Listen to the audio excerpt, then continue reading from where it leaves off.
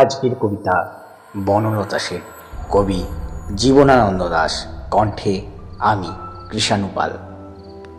হাজার বছর ধরে আমি পথ হাঁটিতেছি পৃথিবীর পথে, সিংহল সমুদ্র থেকে নিশীথের অন্ধকারে মালয় সাগরে। অনেক ঘুরেছি আমি বিম্বিসার অশোকের ধূসর জগতে, সেখানে ছিলাম আমি আরো দূর অন্ধকার বিদগ্ধ নগরে। আমি ক্লান্ত প্রাণ এক, চারিদিকে জীবনের সমুদ্র সফিন। আমারে দুদণ্ড শান্তি দিয়েছিল নাটোরের বনলতা সেন।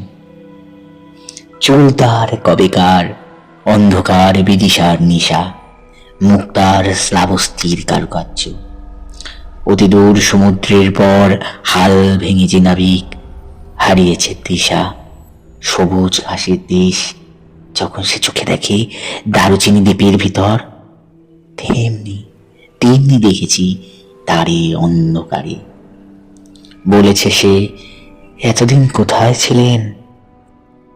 পাখির নীড়ের মতো চোখ তুলে নাটোরের বনলতা সেন।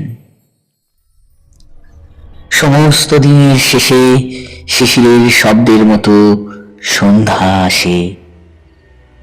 টানার রৌদ্রের গন্ধ মুছে ফেলে চিল, পৃথিবীর সব রং নিভে গেলে পাণ্ডুলিপি করে আয়োজন। তখন গল্পের তরে জোনাকির রঙের ঝিলমিল, সব পাখি ঘরে আসে, সব নদী ফুরায় এ জীবনের সব লেনদেন।